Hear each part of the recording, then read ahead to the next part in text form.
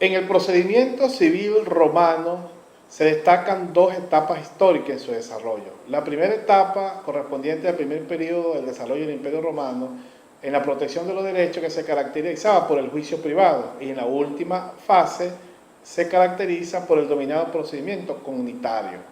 Pero no todos los procedimientos de protección de los derechos en el derecho romano se realizaban bajo estas dos figuras, el juicio privado o el procedimiento comunitario, sino que también existieron procedimientos complementarios a estos derechos que se crearon precisamente para evitar los juicios o para preparar los juicios. A estos procedimientos complementarios en el derecho romano se le conocen como la protección jurídica extraprocesal. Precisamente es el tema de esta videoconferencia del grupo integrado por Itamar Montilla, Donato Villani, Rafael Castilla y Gerardo Molina. La protección jurídica extraprocesal en el derecho romano se caracteriza por procedimientos complementarios bajo la responsabilidad del pletor o magistrado, que lo realizaban precisamente para, previo al juicio o posterior al juicio o fuera del juicio, para garantizar la protección de los derechos vulnerados. Entre las figuras jurídicas que conforman el procedimiento extraprocesal en el derecho romano, encontramos los interdictos, las estipulaciones pretoris, las restituciones por entero y la puesta en posesión. En este momento vamos a empezar a hablar de la primera figura de este procedimiento extraprocesal del derecho romano, que se denominan los interdictos. Los interdictos constituían una orden administrativa emitida por el pretor o magistrado, elaborada con la finalidad de pronunciar una exhibición, una restitución o una prohibición. En múltiples ocasiones evitaban un juicio o en otras los preparaban. Esta figura aparece con la intención de proteger los derechos de los arrendatarios de los terrenos públicos. El procedimiento para tramitar un interdicto se hacía bajo dos modalidades: mediante una exposición o mediante una tramitación arbitraria. En la primera variante se realizaban tres estipulaciones, cada una de las cuales eran recogidas por una fórmula diferente.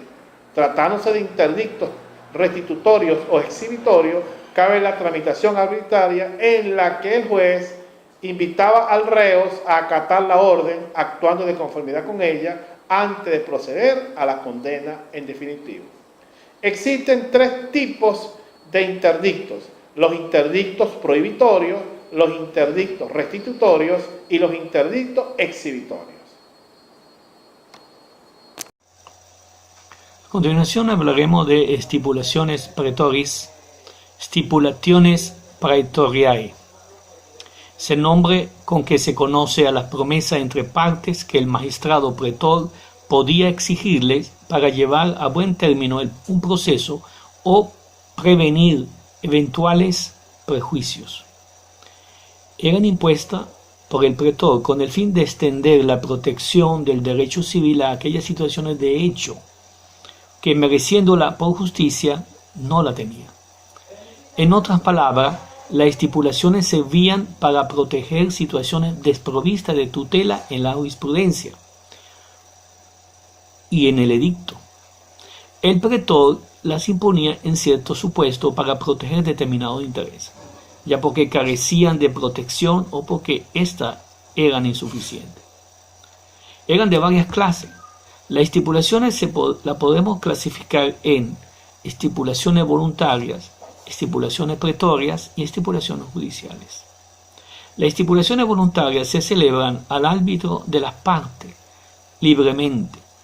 Cumplen varios fines, primeramente asegurar la comparecencia, como sucedía con el vadimonium, o sea, una promesa del demandado de presentarse a una audiencia.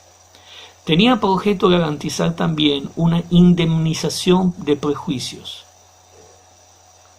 También tenían por objeto impedir que se perturbara a una persona que estaba ejerciendo un derecho. Las estipulaciones pretorias se celebran ante el pretor y se caracterizan porque el texto de la estipulación lo propone el pretor.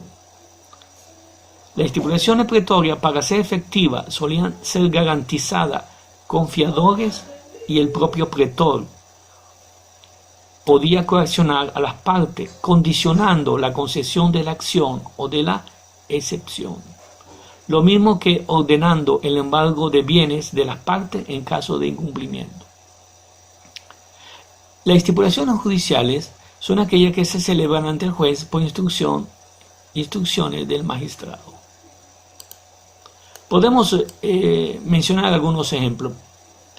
Por ejemplo, si el propietario de un fondo teme que de las precarias condiciones del edificio vecino puede derivarse daños para su propiedad, pedirá al magistrado que ordene al dueño del fondo del que podría provenir el daño prestar una garantía por el daño temido, cautio damni infecti. Esto es, obligarse mediante una estipulación a resarcir el daño si éste llega realmente a producirse. Otro ejemplo de estipulaciones pretorias era la cautia usufructuaria. Esto es, la promesa solemne prestada por orden del magistrado, bajo la forma de una estipulación, en virtud del cual el usufructuario garantizaba al nudo propietario que usaría y disfrutaría del bien, usando un criterio de bonus vir, y a restituirla al término del uso. Continuando con la exposición del equipo, como dijo el doctor Molina, que lo integran los diferentes compañeros que nos acompañan, vamos a trabajar ahorita la parte de lo que significa lo que es la Rectium Integrum, que constituyó la manifestación radical del imperio del magistrado con el fin de evitar las consecuencias injustas fruto de rigores exacerbados del ius civil. De tal manera que se tenía por no celebrados determinados actos y quedan sin efecto con carácter retroactivo sus posibles consecuencias volviendo a su estado jurídico anterior. Pero para ello se tenía una serie de requisitos que se tenía que establecer como tal. El primero eran graves perjuicios ocasionados a una de las partes de rigor del ius civile. El segundo, la existencia de una causa expresadamente fijada en interdicto, que justificara la adopción de la medida. Y por último, teníamos la inexistencia de otros recursos para evitar los perjuicios causados. Esta era la parte que me tocaba a mí. Bueno, ahora continuamos con otros compañeros. Me corresponde dar continuidad a esta presentación del tema protección jurídica extraprocesal correspondiente a la unidad 2, ordenamiento judicial en Roma. Como se puso con anterioridad por parte de mis compañeros, se establecieron en el sistema judicial en Roma como medios complementarios de las acciones las actio legis. ¿Cuál es su explicación u origen? Corresponde a otros instrumentos procesales que no se basaron en el jurisdiccio del magistrado, sino en el imperio. Recordar bien, el imperium merum, el imperium mixtum y la jurisdicción. Potestades del magistrado romano, o sea, su potestad de administrar justicia.